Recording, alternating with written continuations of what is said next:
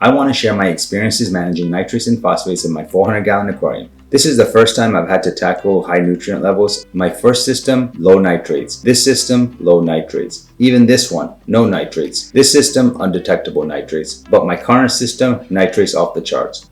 I had assumed a larger display with more water volume would naturally keep nutrient levels lower, but that definitely wasn't the case. My tank is just over 2 years old now, but everything was fine until the 6-month mark. That's when my phosphate spiked to 200 parts per million or 0.60 parts per million. I managed to get that under control fairly quickly. However, by the time the tank was 12 months, my nitrates now were off the charts. I spent 4 months trying to tackle them naturally, but by month 16, enough was enough. I decided to take a more aggressive approach, which I'll cover also in the video. Now at month 24, I'm happy to say my nitrates are back down to 25 parts per million. Phosphates are at 0.01 parts per million. I feel the smallest details can make a difference in every tank you set up. New house, new location, new water supply, new water volume, new equipment and livestock, and using other past successes and failures sometimes can backfire, which it did for me. I've come to learn there are a few principles that should be followed between tanks, but not all of them. Let me share a quick example. My previous 115-gallon system, I was so hell-bent on making sure I did not have any nitrates and phosphates because all I read was it would lead to algae problems, kill corals, and lead to unsuccessful aquarium. So I added a refugium, marine pure blocks, skimmers that was rated 3 times my water volume, large sump, and a return pump that had 18 times turnover at max intensity. The issues I found was there was absolutely no nutrients in my system after the initial biological cycle. The video you currently see is of my last system that was 3 to 4 months old, and as you can see had 0 algae or diatoms in the system. I overdid the export and the corals were clearly not happy. This could have been from too much lighting and lack of maturity, but I think the main culprit was lack of nutrient. Since I overdid the export on this system, I was hell-bent on not doing the same thing on my 400-gallon tank. So instead of overdoing the export, I underdid it. I just had a skimmer, filter sock, and live rock in the sump, which turned out to be a big mistake.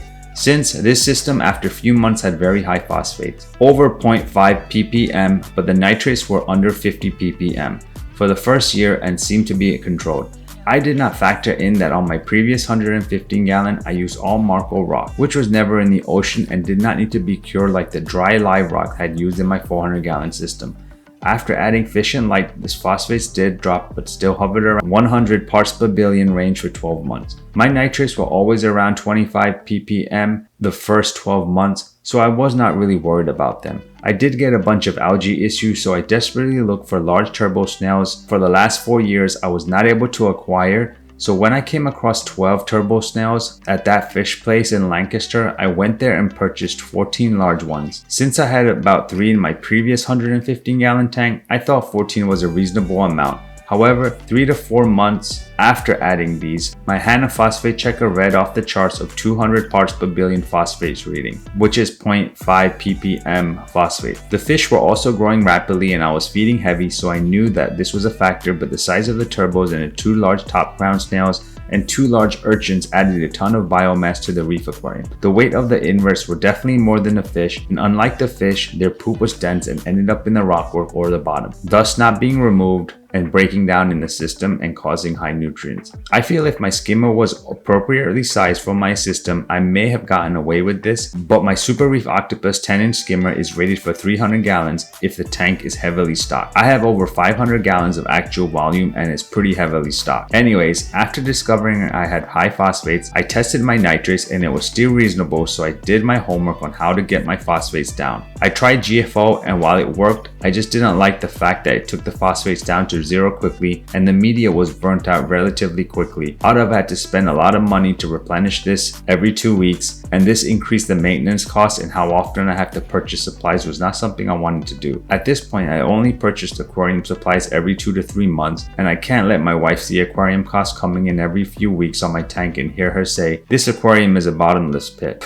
So I discovered lanthanum chloride and watched a lot of videos on how not to mess it up. I ended up getting an Ecotech Versa pump and dosing it via my skimmer, which was so effective that I was able to get my phosphates down pretty quickly, like within a few weeks to 0.10 ppm. The reason why I like lanthanum chloride, it does a great job of reducing phosphates, but it will never bottom them out, meaning it won't take them to 0. The best you could do with lanthanum chloride is around 30 parts per billion or 0.10 ppm. So at least I don't have to worry about them bottoming out with lanthanum chloride. I started very slow and made sure the system didn't get nuked, which can happen if you go too fast and you could suffocate the fish.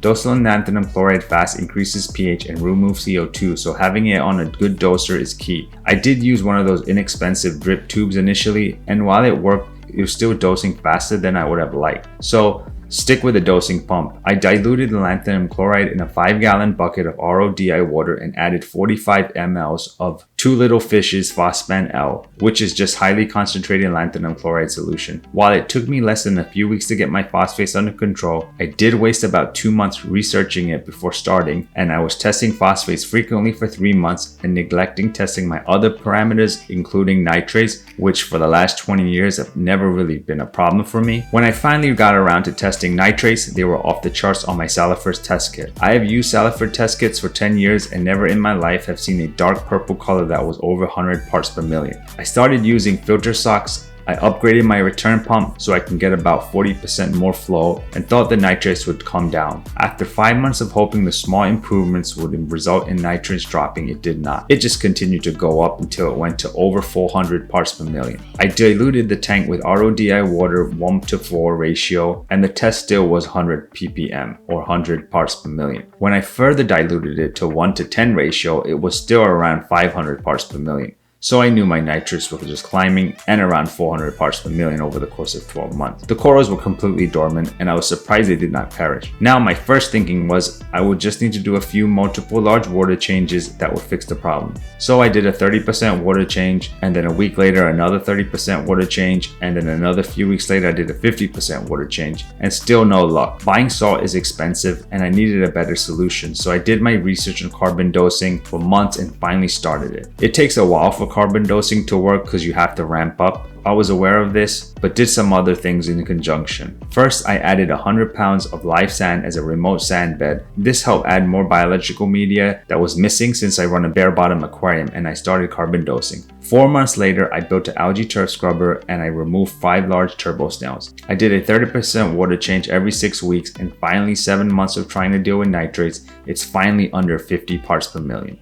The crazy part is, once I started dosing vodka, I had my phosphates go to 0, so I ended up having to stop dosing lanthanum chloride to remove phosphates. Now I have to dose phosphates to my system continuously via a doser because it goes to 0 quickly, and for vodka dosing to work, we need phosphates in the system.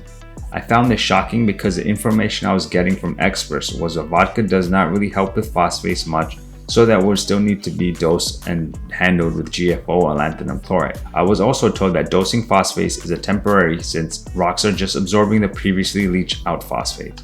But 6 months later, I'm still having to dose phosphates continuously, so I guess I'll have to continuously dose it until I stop carbon dosing or at least cut it down. I imagine once the nitrates are lowered and I have to reduce my vodka dosing, then I may eventually have to start dosing lanthanum chloride again. However, I feel my algae turf scrubber alone may help me control my phosphates and nitrates in a reasonable range. I really do not like dosing vodka or lanthanum chloride because it drastically reduces my pH, and I believe my previous tank was getting so much better growth because I was not using these things. I feel anything that reduces pH is never good, so try to go the natural route at all costs. If you have overstock, then remove some fish in inverse. Also, I'm not really a fan of vodka because at my current dose of 35 milliliters of vodka daily, I capped it there because I feel my skimmer is undersized and the slime just builds up in all my pipes and pumps. If I had a larger skimmer, I think I could get away with dosing more vodka, but once my nitrates are under control, my skimmer is probably more than appropriately sized, considering now I have to have a larger algae turf scrubber working alongside of the skimmer. The downside of the vodka is when your skimmer is not oversized, the moving propellers parts of my pump get slimed and slows down significantly. The skimmer has to be working at peak efficiency and just degrades pretty fast. I feel if I had dosed 10 to 15 milliliters of vodka per day, the skimmer can handle this amount without issues. But with my current dose, it just seems to cause more maintenance issues for me. The past 8 months have been extremely difficult to deal with since for 7 months I could only get a ballpark range of my nitrates, and it has always been over 100 parts per million. So I was never really 100% convinced of anything I was testing. I just trusted the people online who guided me when I was losing my mind. I left a link on the description to my thread about the nitrate issues that I created, so feel free to read this. I think the final thing to really help me speed up nitrate removal started when I added a turf scrubber and removed the 5 apple-sized turbo snails. I think the Henna nitrate checker would have been nice during this painful time so I could get a good reading and see if I was trending in the right direction. But I didn't want to purchase the Henna checker for nitrates since I knew it would just become a paperweight once my nitrates were below 50 ppm. If you're experiencing your nitrates trending up too fast, then take action fast. Don't wait around for it to just go down. If it's trending up slowly enough that you can reduce it between water changes, then that is great. But also, life happens and sometimes you can't make water changes on time. Better for it to be stable as possible or trending up slowly over 3 to 4 months time. This way you could catch it with a water change. If your system is nutrient deficient, then I would suggest holding off doing water changes. I think water changes are great for freshwater since you're not removing salt, which never changes or goes bad. And the cost of salt is expensive, so ask yourself, why are you doing this water change? In most cases, you're just doing them to remove some nutrients and add trace elements, and both of these could be dealt with without replenishing valuable salt. In my case, I feel it's necessary to remove those high levels of nutrients, but once my nitrates and phosphates can be controlled, I'll only be doing water changes every 2 months just as a means to try to turn over my system volume close to 100% within 12 months. I do believe bad things will build up in the system over time, and your water does eventually need to be replenished over a specific time, and for me this time is 12 months. That makes most sense to me. In the past, when I did a water change, the next day, the fish were swimming faster, the corals were clearly happier. I questioned this because I wondered why was my tank degrading so much after 1 month's time. After years of trial and error, I realized that the fish prefer clean water, so removing detritus and other junk that they were living in helps them feel better. The corals were experiencing euphoria from the increase in iron and iodine levels that were desperately missing between water changes. I find that you eventually have to dose not only 2 parts but iron and iodine, and occasionally strontium and magnesium, but these tend to stay available in the system if you're doing monthly or bi-monthly water changes. But iron and iodine, new or an established system, will get depleted quickly. The way I figured out how to dose elements, I first stopped doing water changes for 2 months and just started dosing a lower dose of iodine and iron and got 2 ICP tests 2 months apart. When I compared the ICP tests, my iron and iodine was still on the lower side, so I knew I could increase it slightly. So that's what I did and kept increasing it over time as my 2-part consumption increased. This always ensures my important trace elements were not bottoming out and they weren't too high. After doing this, I stopped seeing the same improvements I did previously after water changes. In fact, I felt I saw a negative effect. This just caused instability and probably just boosted those trace elements that were already high for the water change. Once you can figure out the range of what your aquarium depletes and are able to replenish it in your system without overdoing it, you will be successful. But in my experience, the only ones you really will need to dose is calcium and alkalinity, iron, iodine, and strontium. The remaining trace elements you could replenish between 30% water changes every 2 months or even frequently. Turn over the entire system volume by the end of the year.